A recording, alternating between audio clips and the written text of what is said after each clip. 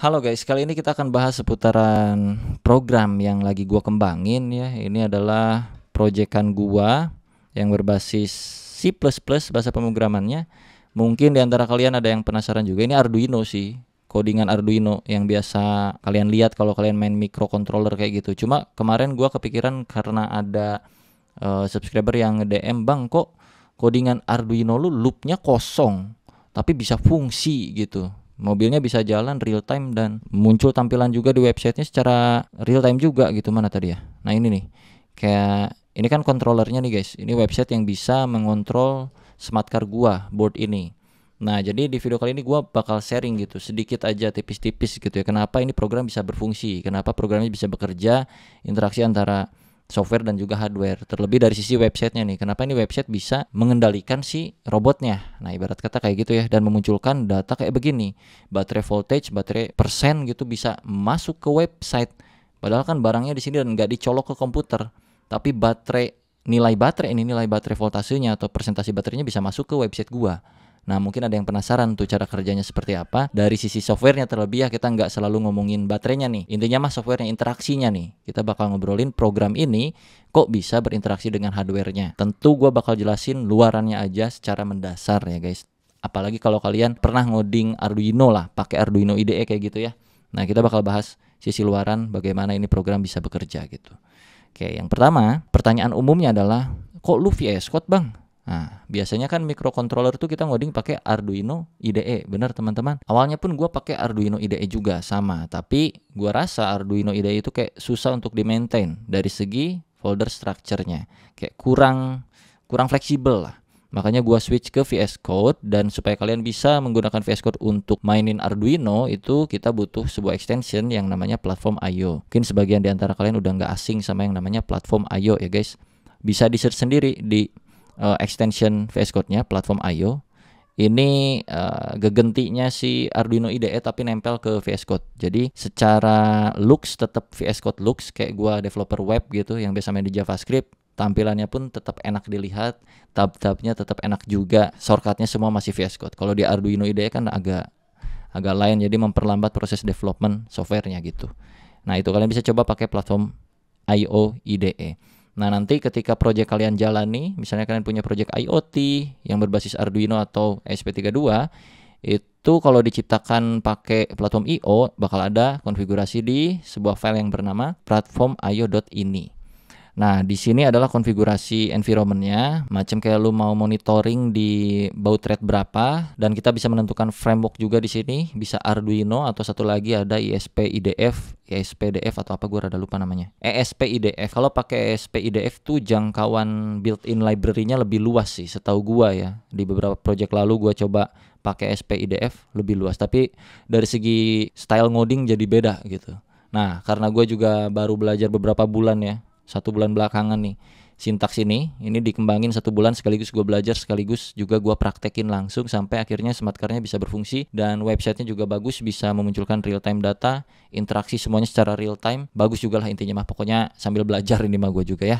Dan ini udah OOP juga by the way, basic object oriented programming juga, ditambah lagi pakai multitasking manajemennya FreeRTOS di Arduino. Nah sekaligus belajar ke sana juga biar nggak setengah-setengah gitu ya. Makanya, nah itu adalah salah satu jawaban kenapa nggak ada void loop di sini. Biasanya kalau teman-teman yang main di Arduino IDE kan pada ngisi di loop ya. Di sini kayak misalnya mau munculin data secara real time nih guys. Munculin data secara real time, taruhlah ngeprint baterai gitu ya. Baterai Anda sekian persen. Titik 2 gitu kan. Terus di sini persentase baterainya. Baterai persen. Nah kalau gini doang dia ngedudut guys, aneh gitu. Kita tambahin delay gitu kan, biasanya delay 1000. Nah ini artinya setiap 1 detik sekali dia bakal mencetak atau mengeluarkan output ke monitoring serial kalian ya, atau ke lognya berupa presentasi baterai setiap 1 detik. Dan misalkan di waktu yang sama kita membutuhkan juga data lainnya atau memberikan perintah lainnya. Nah itu bakal agak kesulitan di bagian loop sini. Kalau gua pribadi ya main di sini rada susah karena kayak jadi panjang dan berantakan. Walaupun kita bisa pisah, tapi gua jadi susah ngatur timingnya. Program itu bisa ngeblok. Jadi harusnya menjalankan sensor A tapi kok nggak jalan-jalan karena dia harus menunggu dulu sensor lain berfungsi nih, kelar dulu tugasnya baru bisa ke tugas lainnya. Nah kayak gitu-gitulah. Jadi di sini gua pakai FreeRTOS supaya bisa nge-manage hal-hal tersebut. Nah mari kita bedah nanti programnya, tapi jangan sekarang dulu. Kita lihat dulu dari struktur codingannya sedikit. Oke, mulai dari yang paling ringan dulu. Yang tadi terlalu rumit mungkin, memusingkan. Mending kita mulai dari hal terkecil dulu lah. Dari dokumentasi nih. Jadi semua ini gue belajar dari dokumentasi. Nah, tapi kalau gue share dokumentasi aslinya kan itu berbahasa Inggris pasti rada pusing nih. Apalagi SP32 ya kan. Nah, jadi gue di sini bikin lah dokumentasi sendiri khusus untuk pin out. Nah, jadi buat yang main SP32 atau Arduino microcontroller itu kan pasti udah nggak asing sama yang namanya pinout, betul? Nah si pinout ini kan fungsinya supaya kita bisa nyolok-nyolok hardware-nya lah atau modul atau sensor, dan nanti sensor tersebut atau modul tersebut bisa kita program lewat nomornya kan gitu sederhananya nih supaya nggak bingung banget gitu ya. Contoh di sini gue udah masukin beberapa modul. Misal di sini ada buzzer, oke? Buzzer di pin GPIO 1. Nah buzzer itu modul supaya dia bisa bunyi beep beep beep beep kayak begitu. Nah, ada di pin 1 gua coloknya nih untuk di board punya gua. Nah, kalau project kalian misalnya buzzernya ada di pin 3 ya berarti kalian fokus pin 3 untuk buzzer kayak gitu. Intinya mah ini untuk ngasih ciri bahwa modul buzzer itu ada di pin nomor 1 kalau punya gua supaya kita programmernya mau memfungsikan si buzzernya sesuai dengan logic tertentu itu kita fokus di nomor 1. Kita contohin. Lihat di sini. Scroll ke bawah kita cari yang namanya buzzer di sini ya. Buzzer. Nah, ini buzzer guys. Nah, modul buzzer ini udah gua bikinin kelas di luar file main.cpp supaya bersih main CPP-nya dan lebih termanage. Setiap modul, setiap sensor gua bikin kelasnya masing-masing. Oke, separation of concern ya. Nah, kalian bisa lihat si buzzernya itu sendiri kalau gua klik di VS Code makan tinggal kayak klik gini, masuklah langsung ke dalam kelas buzzernya. Dimana di buzzer itu gue bikin penginisialisasian bahwa buzzer itu membutuhkan parameter buzzer pin. Nah parameter buzzer pin ini bertipe integer ya, angka biasa. Nah angka yang masuk ke sini value-nya adalah nilai dari pin out yang buzzer miliki. Kalau tadi di dokumentasi buzzernya GPIO 1, maka dari itu dikirimlah datanya ke buzzer class itu adalah 1. Artinya buzzer gua ada di pin 1. Kayak gitu. Nah, setelah itu buzzer ini dipakai di mana? Ini kan di luar daripada metode setup kita ya, guys ya.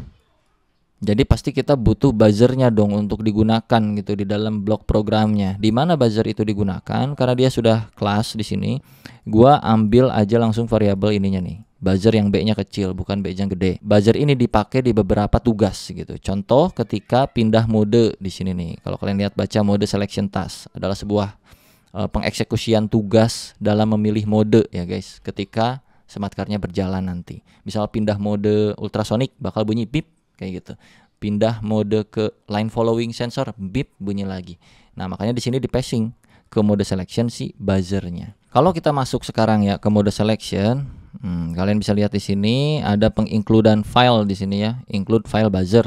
Itu yang tadi lah dari file utamanya si buzzer itu sendiri. Walaupun buzzernya udah kita passing ke dalam kelasnya mode selection task di sini nih, buzzer. Nah, karena di projectnya gua pakai FreeRTOS, jadi di sini ada macam kayak start task untuk menjalankan tugasnya ketika kapan, ada stop task ketika mematikan tasknya atau kerjaannya kapan gitu. Jadi setiap sensor yang gua tempel di boardnya itu semuanya akan menyala dan mati berdasarkan kondisi tertentu. Dan pengontrolan modulnya itu pakai FreeRTOS supaya termanage semuanya nih, termasuk memory management juga. Kurang lebih kayak gitu. Apakah pusing atau enggak ya? Gua rada susah jelasinnya jujur sih sebenarnya nih, tapi nggak apa-apa lah, kita lanjutin aja. Moga ngerti. Nggak pun ya nggak apa-apa lah. Ini mah anggap aja gua ngobrol sendiri ya guys ya. Sama project gua ini nih. Masuk ke start task. Aduh, di sini udah mulai pusing lagi ya. Tapi gua nggak akan jelasin yang macam-macam anehnya di sini yang mungkin bisa membuat otak meledak gitu kayak Semapor dan teman-teman lainnya. Kita fokus aja ke buzzer ya. Scroll ke bawah dikit, kita cari buzzer. Nah, kalian di sini gua ambil buzzer nih, buzzer.beep 100 di dalam loopingan. Jadi ketika mode selection ini dijalankan tasknya nih, maka sebelum ada kondisi tertentu ya, kondisi tertentunya itu adalah pindah mode guys di tampilan websitenya. Kalau kalian lihat sini Ini ada nih, mode 1 itu obstacle avoidance, line following, mode 3, mode 4 gitu. Ini 1 atau ini 2, ini 3, ini 4, ini 5. Kalau nggak dipilih berarti mode 1. Nah, gitu ya. Cukup paham ya? Ini mode selection nih yang 4 tombol ini. Pindah fitur ibaratnya mah berdasarkan sensornya. Oke, kita masuk ke VS Code lagi. Sebelum pengkondisian terjadi nih guys, mode 1, mode 2, mode 3, mode 4, gua menyalakan modul buzzer beep gitu. Nih, gue tulis buzzer beep. Lah kok bang enak banget ngetik beep. Sembarang lo enak-enak. Ini gue bikin juga sintaksnya di dalam, walaupun sederhana. Karena kan udah pisah kelas nih. Di kelas tersebut kita punya metode untuk membuat buzzernya berbunyi beep. Nah, kayak gitu guys. Kenceng banget gue ngomong beep ya, mohon maaf. Kalau kita klik masuk ke dalam, nih sintaksnya cuma kayak gini doang. Beep itu beep selama berapa detik off. Jadi kayak beep. Nah, tadi kan durasinya itu di passing masuk ke dalam sini, ke dalam beep ya. Beep punya parameter durasi. Gua masuk sini. Beep punya parameter durasi 100 ini 100 milisecond ya guys. Berarti nggak nyampe 1 detik dia bunyi gitu. Beep gitu. Kayak cuman beep. Nah, gitu doang ya. Nah, di sini kan on selama berapa detik, milidetik lah ya. Terus dimatiin jadi kayak beep gitu doang. Cukup jelas ya. Nah, itu yang terjadi di mode selection task atau tugas ketika website dipencet tombol obstacle, line following, patrol, dan lain-lain. Kita cobain sekarang biar nggak pusing ya. Gua akan nyalakan dulu smart car-nya. Buset, nyalainnya bagaimana ini gua. Nah guys, ini udah gua nyalain ya boardnya. Kita coba mode apa tuh tadi, buzzer ya. Nah, kita udah connect wifi Cuibot di sini, kalian bisa lihat cuibot.local. Oke, ini udah kebuka. Nanti dia bakal otomatis muncul data-datanya seharusnya. Nah, kayak gitu. Playtime, baterai voltage, baterai persentase, free memory, ini muncul. Nah, kalau kita lihat codingan buzzer tadi guys, nih ketika pindah mode 1, mode 2, ultrasonic, mode 3, mode 4, itu tuh ada di sini. Ini mode 1, ini mode 1, mode 2, 3, 2, 3, 4, 5 kayak gitu. Kita coba pindah ke mode 2 ya. Tuh. Deh, kita matiin. LED-nya berubah. Pindah ke sini, beep lagi. LED-nya berubah warna. Sini juga pindah lagi LED-nya. Nah, LED-nya kok bisa berubah warnanya? Karena kalian di sini bisa lihat programnya pun cukup kayak gampang aja dibaca gitu. Pertama, nyalakan buzzer beep. Ketika pindah mode, maka keluarkan output ya, log monitoring ini mah. Terus LED-nya kita set mode 1. Mode 1 tuh di sini yang warna merah. Kalau kita pindah mode 2 yaitu obstacle avoidance, maka LED controlnya set mode 2. Nah, itu kan tadi mode 1 yang warna merah, mode 2 tuh yang warna, kita coba nih mode 2 ya. Hijau. Gitu. Kita matiin lagi. Dan seterusnya. Mode 3 set mode. Ini set mode juga ada codingannya sama karena dia berbasis kelas juga. Kalau kita masuk ke dalam set modenya, ini cuman untuk nyalain lampu gitu. Ada logic tertentu lah di sini. Cache mode 1 tuh warna merah, mode 2 green, 3 light blue, 4 yellow kayak gitu-gitu. Ini berdasarkan hardware-nya juga dan semuanya berdasarkan dokumentasi dari SP32 dan dokumentasi dari board yang kita bikin sendiri gitu. Karena kan custom board itu terserah kita jadinya ya. Mau pin outnya di jalur berapa, mau lampunya warna apa, mau ditaruh di mana, itu terserah kita semuanya. Nah, kalau kalian lihat di sini untuk yang LED itu ada di LED state 2, LED state 1, GPIO 2, GPIO 2, dan ada beberapa konfigurasi logic tertentu supaya modenya bisa berpindah-pindah. Nah, di sini gua udah kasih logic state 4 indikator mode LED. Yang tadi tuh, ketika low ketemu low maka bakal nyala yang 1. Ketika low ketemu high bakal nyala yang mode 2. High ketemu low bakal nyala mode 3 dan seterusnya kayak gitu. Ini udah dibuat kayak gini dan kalian tinggal mengikuti aja kalau ngikutin project ini gitu. Sebenarnya simple sebenarnya, cuma belum nyentuh aja mungkin jadi kayak bingung gitu. Nah, jadi basic logiknya seperti itu ya guys ya. Contoh penggunaan kode juga kayak gua cantumin langsung di sini. Buzzer pin 1 ya kan tadi. Terus kalau infrared ya masuk pin berapa sesuaikan aja di sini. Infrared yang sebelah kiri itu pin 10, cek ke atas. Pin 10 apa iya? Pin 10 sensor IR kiri, betul. Terus kita program lagi untuk infrared yang kanan. Itu di pin 7 apakah benar? Cek lagi ke atas. Infrared kanan ini berapa? Oh, GPIO 7 benar. Ya udah, sisanya tinggal ngoding aja gitu guys. Pertama deklarasiin dulu tuh si sensor sebagai apa? Apakah sebagai input atau sebagai output? Kalau input tuh macam kayak infrared yang bisa mendapatkan data dari sensornya itu gitu. Kayak dia kan infrared nembakin cahaya guys, nanti cahayanya mantul lagi, nanti bakal dapat data tuh. Nah data tersebut berarti kita dapatkan secara input ya guys, karena kita mengambil data dari environment luar gitu ke dalam. Nah nanti di situ kita bisa atur data tersebut mau diapain, mau dikalkulasi kah, terus dijadikan sambungan lagi ke modul lainnya. Misalnya data infrared nih pantulan cahaya minim, berarti kita harus belok kiri. Berarti di situ ada interaksi ke motor dinamonya supaya dia bisa belok kiri kayak gitu-gitu kurang lebih. Nah, itu seputar basic modul yang terpasang di boardnya dan codingannya kurang lebih alurnya kayak gitu. Udah cukup jelas ya. Jadi per masing-masing modul itu gua bikin folder terpisah dan di dalamnya itu berupa sebuah kelas modul tersebut ya. Jadi supaya terpisah aja lebih enak gitu. Kalau modulnya buzzer berarti kelas buzzer. Kalau modulnya LED di sini gua taruh nama kelasnya LED control kayak gitu. Terserah kita lah, bebas ya. Yang penting mah bisa fokus sesuai fungsinya masing-masing. Infrared ya infrared, motor ya motor, ultrasonik ya ultrasonik sesuai dengan modulnya. Nah, yang paling menarik berikutnya adalah si task management guys. Di sini karena pakai FreeRTOS. Kalau buat yang belum pernah pasti pusing banget, tapi kalau yang udah pernah mencoba ya kayaknya udah nggak terlalu asing seharusnya ya. Nah, di FreeRTOS itu intinya di sini gua nggak pakai loop karena kita pakai bantuan FreeRTOS. Kalian bisa lihat di sini ada satu folder yang namanya task. Nah, task ini berperan sebagai pengeksekusian sensor kalau di gua nih, dan juga manage RAM-nya. Jadi tiap sensor itu nanti ketika dinyalakan bakal mengkonsumsi CPU udah pasti, dan juga memori ya. Bakal habis tuh microcontroller kalau kita nggak manage. Apalagi kalau banyak modul dan sensornya gitu. Nah, di sini kita bisa manage pakai FreeRTOS. Kita bisa deklarasiin contoh yang sensor apa ya, ultrasonik misalnya nih. Nah, ini adalah kelas ultrasonic tasknya. Jadi sensor obstacle avoidance atau sensor ultrasonik untuk fitur obstacle avoidance, menghindar objek. Ini codingannya nih guys. Ini codingan dasarnya dari mulai kelasnya dulu nih. Dia membutuhkan modul ultrasonik, di mana modul ultrasonik itu udah pasti ada pinnya. Kita cek ke dalamnya nih, di ultrasonik itu ada 2 pin yang harus kita gunakan, yaitu trigger pin dan juga echo pin. Kita lihat ke dokumentasi, trigger pin dan echo pin itu ada di mana ya, ada di pin out berapa. Trigger pin nih, trigger pin 20, echo pin 21.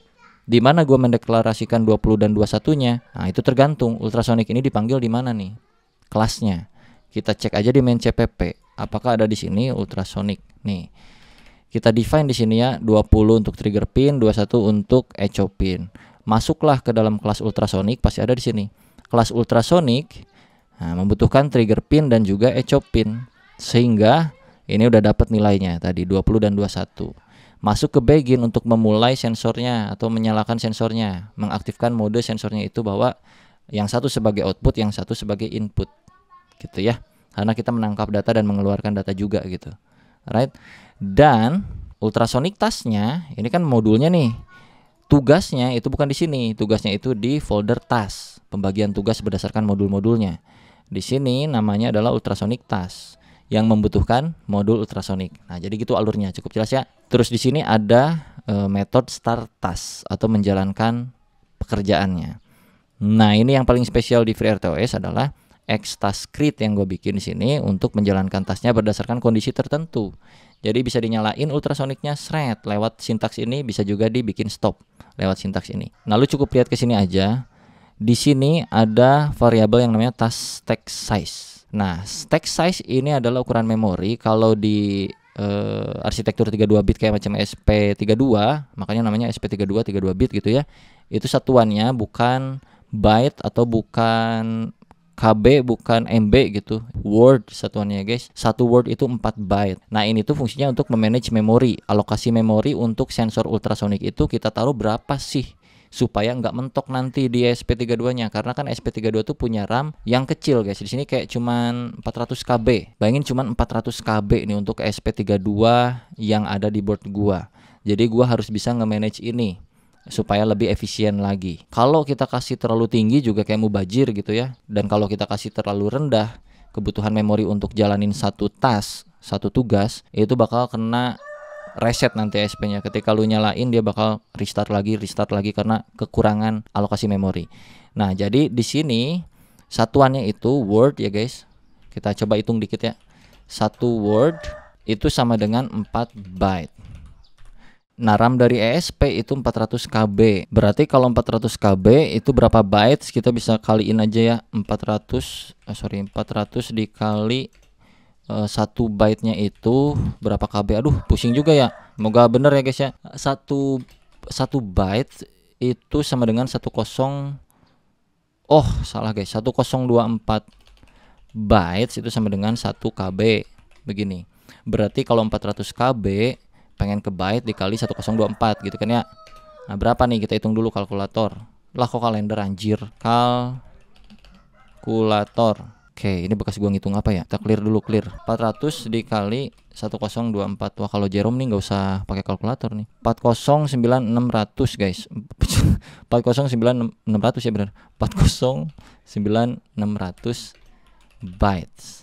Segini nih. Nah, karena kita udah dapetin bytesnya, berarti ini tinggal kita bagi 4 ya guys. 409600 dibagi 4 karena satu word itu 4 bytes. Ini kan ada 409600 bytes. Kita bagi 4 biar dapat wordnya itu berapa gitu ya. Kalkulator lagi. Ini dibagi 4, kita mendapatkan 102400. 102400 word. Nah, di sini gua ngeset 3072. Ini 3072 word. Word. Alah, word lah pokoknya Maya. Kalau di convert ke byte berarti dikali 4 ya. Kita clear dulu. 3072 dikali 4. 12288. Wow, pusing. 12288 bytes. Nah, kalau pengen jadi KB supaya bisa ngitung gitu ya sisa RAM berapa gitu di SP32-nya, berarti kita bagi 1024 sama dengan 12 KB nih guys. Nah, dari total itu kan 400 KB dipakai ultrasonic sebesar 12 KB, jadi sisanya itu 400 dikurang 12. Tapi bukan berarti bener-bener sisa 300 sekian gitu. Bukan berarti ya, karena ada yang berjalan di luar ini, nggak cuman ultrasonic. Di sini nggak bisa pasti free RAM 400 dikurang 12 gitu, nggak bisa pasti. Tapi ini sebagai acuan aja bahwa modul kita itu udah kita set 12 KB rentannya segitu gitu guys, nggak akan sampai kemana. Nah, jadi penentuannya itu udah dari hasil monitoring dan juga troubleshooting. Karena kalau terlalu kecil tadi gua bilang dia bakal nge-restart sendiri nanti SP-nya. Kalau terlalu gede juga kayak kelihatan nanti di free memorinya itu berapa. Nah, kurang lebih seperti itu. Makanya di sini kita bisa memunculkan mana ya di yang picture lama. Kalau ini kan udah gua ubah-ubah sedikit nih di versi yang sekarang-sekarang. Sebelumnya itu gua munculin usage-nya ini untuk kebutuhan gua research juga nih. Jadi task atau kerjaan untuk WebSocket itu digunakan berapa persen? Oh, berarti kayaknya stack size-nya kurang nih, apa kegedean nih, kayak gitu. Makanya gua munculin di awal nih. Dan saat ini tampilannya menjadi seperti ini. Oke, itu udah terlalu pusing, mungkin kita balik lagi ke yang basic, yaitu gimana cara si web ini bisa bekerja ya. Lewat apa sih, Bang? Nah, jadi di sini protokolnya pakai WebSocket. Kalian bisa lihat di sini ada tas gua yang namanya WebSocket. Mana ya? Tas WebSocket. Nah, ini nih. WebSocket. Jadi WebSocket ini supaya kita bisa berinteraksi secara real time dengan low latency, biar nggak begitu tinggi delay-nya. Lewat jalur TCP pastinya. Ada dua hal yang kita butuhin untuk kontrol boardnya secara wireless. Yang pertama kita butuh web server, karena kita kontrolnya pakai website ya kan. Jadi sini gua ada dua lah intinya untuk komunikasi data saat ini. Ada web server task, ada WebSocket task. Keduanya berjalan di port yang berbeda. Untuk web server itu kebutuhannya hanya sebagai menampung data websitenya, HTML-nya, dan juga komponen aset-aset yang berkaitan dengan website ditaruh di web server. Alright, ataupun kalian mau bikin API juga bisa di web server. Nah, WebSocketnya sebagai jalur komunikasi data secara real time yang terjadi di websitenya. Contoh untuk kebutuhan nih joystick nih. Kalau kita maju mundurin,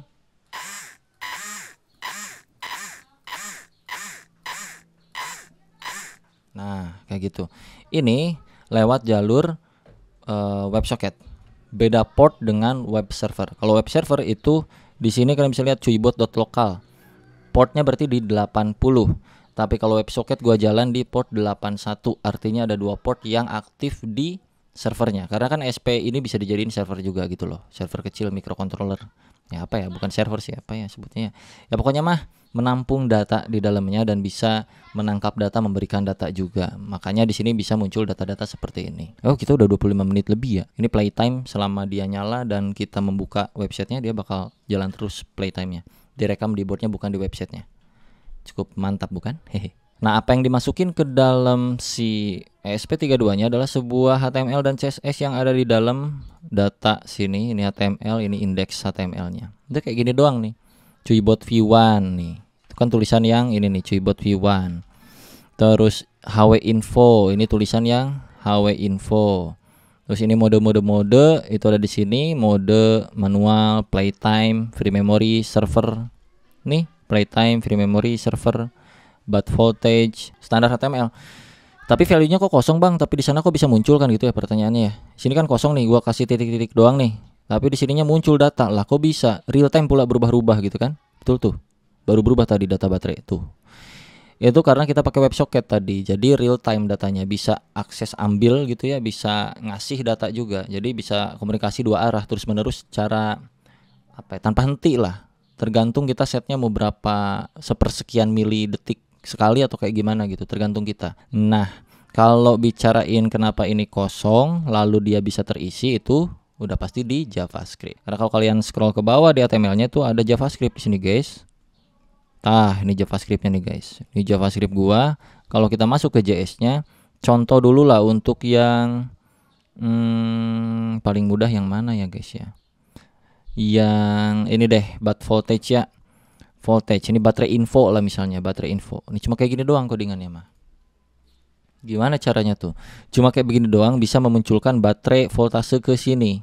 Nah, itu data dari mana nih baterai voltage dan baterai percentage-nya, ya kan? Sebenarnya di sini cuman untuk nge-show doang. Update baterai display, maka nama functionnya kan. Yang tadinya itu di sini kosong, guys. Sini titik-titik kosong nih baterai voltage dan baterai persennya.